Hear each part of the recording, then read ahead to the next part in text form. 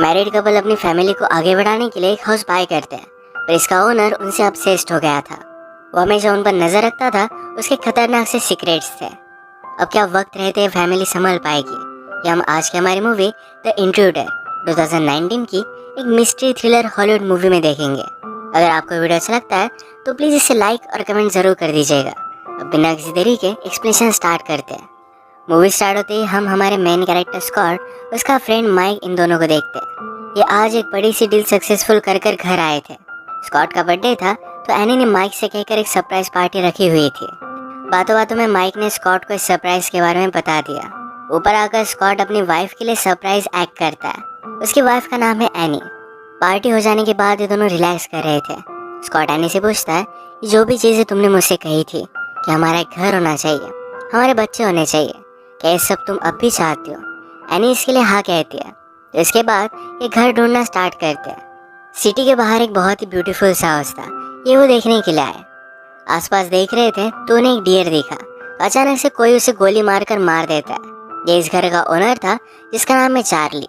Scott और any बहुत ही ज़्यादा डर गए थे, पर चार्ली उन्हें रोक लेता है। कहता है कि यहाँ पर बहुत सारे डियर हो चुके हैं, ये सारे गार्डन को खराब कर देते हैं। उसने उन्हें अंदर इन्वाइट किया। वो कहता है कि मेरे बच्चे इसी हाउस में बड़े हुए। उसकी वाइफ को कैंसर हुआ था। उसके बाद चार्ली अकेला ही है। चार्ली का हाउस बहुत ही बड़ा और ब्यूटीफुल था।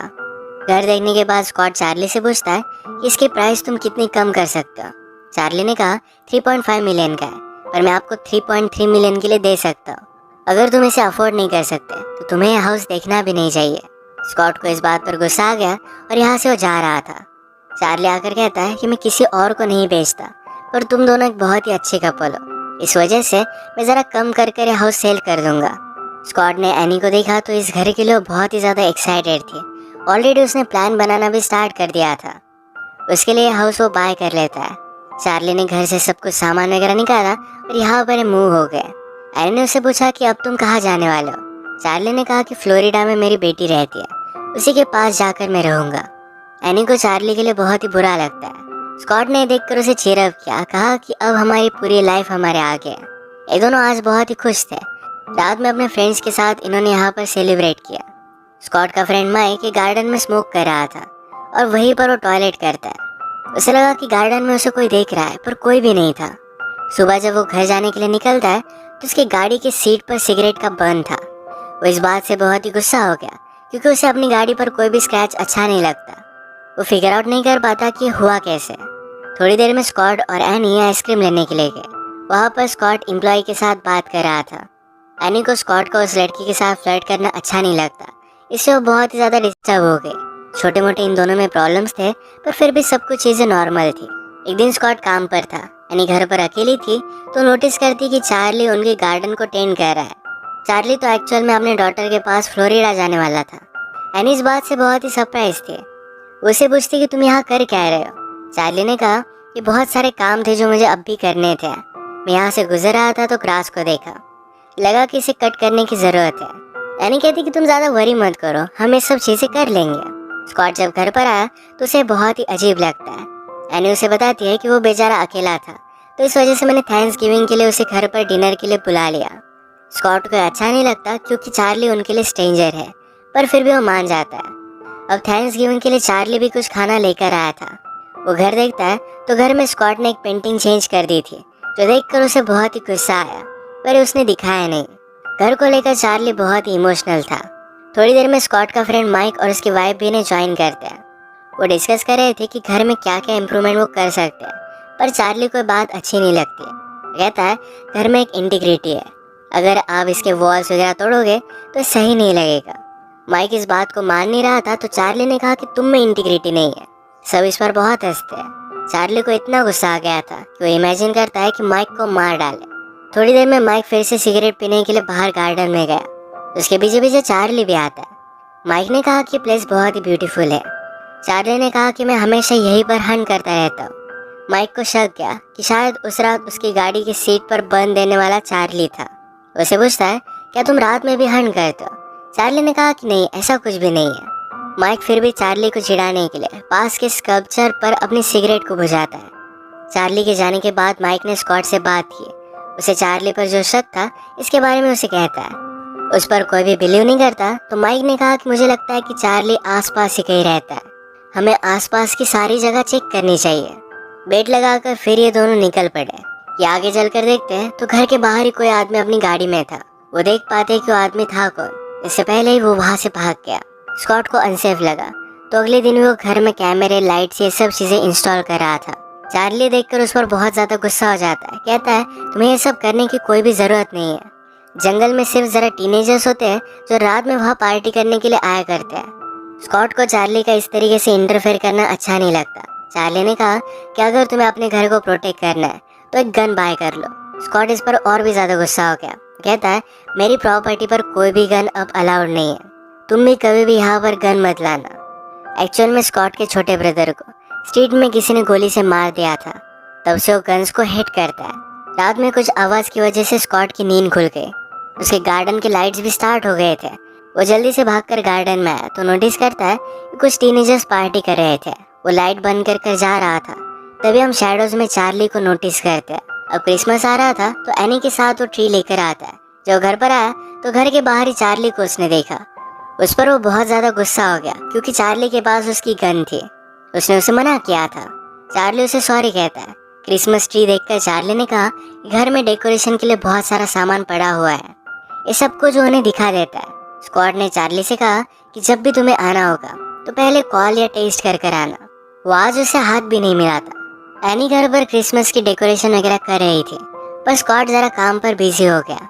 कल के लिए सॉरी बोलने के लिए चार्ली एनी के पास पहुंचा। वो एक वाइन की बोतल लेकर आता है। एनी को अकेला काम करता देखकर उसने उसे हेल्प के लिए पूछा। एनी भी मान जाती है। चार्ली ने कहा कि तुम सिटी की लड़की लगती नहीं। एना कहती कि बचपन में मैं सिटी में नहीं रहा करती थी, सिटी में रहना उसे अच्छा लगता था पर अब किड्स के लिए वो यहाँ पर आ गई है। एनी को स्कॉट का मैसेज आता है और आज रात वो लेट आने वाला था। इस बात से वो बहुत ही अपसेट हो गई। स्कॉट अपने क्लाइंट के साथ ड्रिंक पर आया हुआ था तो उसकी क्लाइंट उसे किस कर लेती है पर स्कॉट ने उसे मना कर दिया।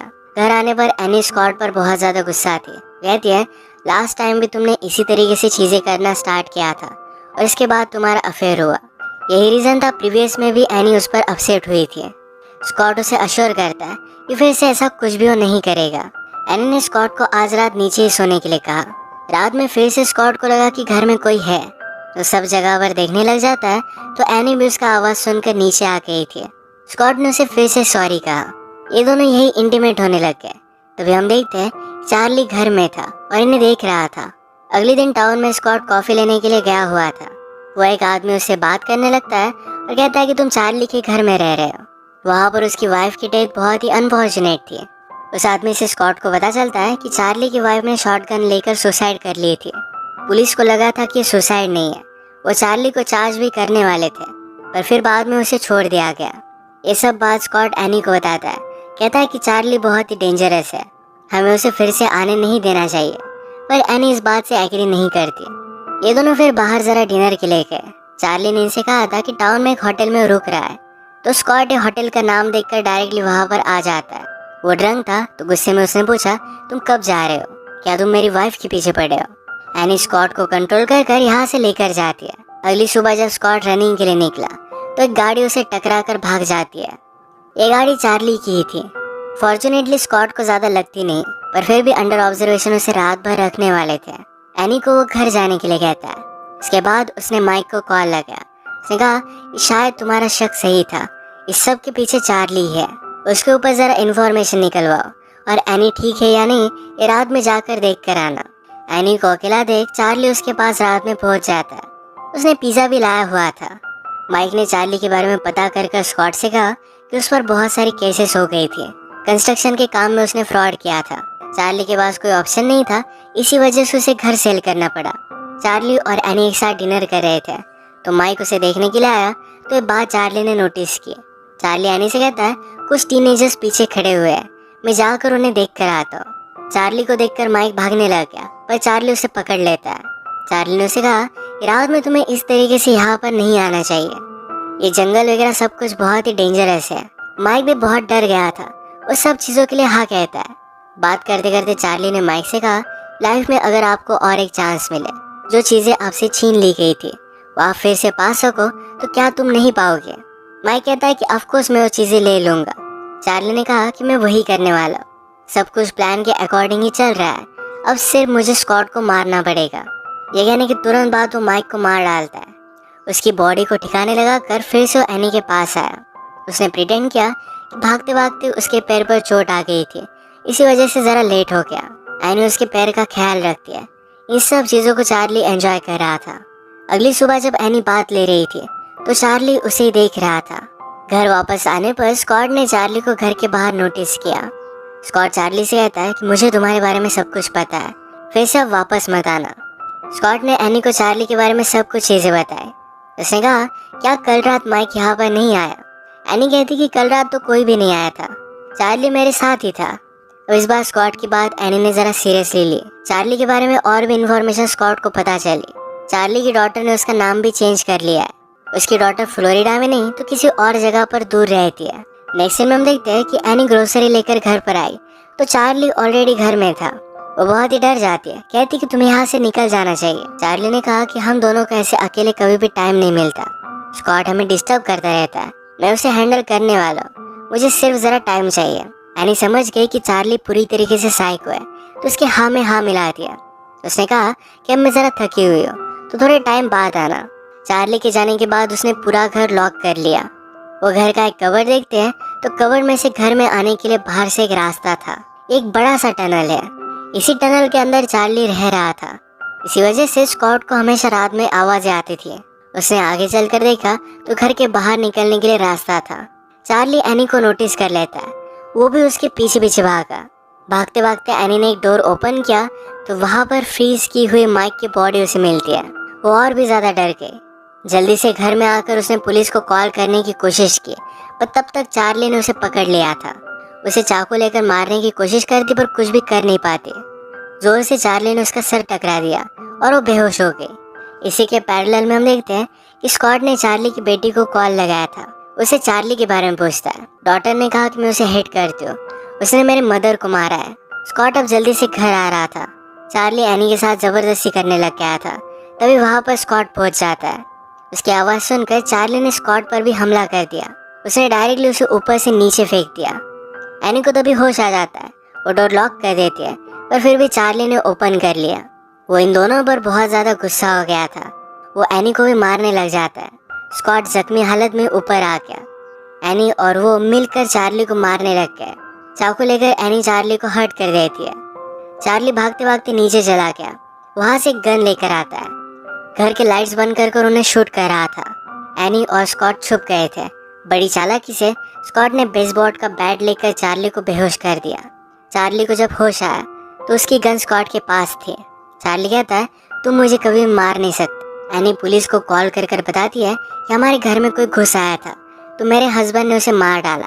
स्कॉट हमेशा गन से डरता था, पर इसका मतलब ये नहीं कि उसका कोई भी फ़ायदा उठाए, तो इसी वजह से चार्ली को मार डालता है। इसी के साथ ही मूवी एंड हो जाती है।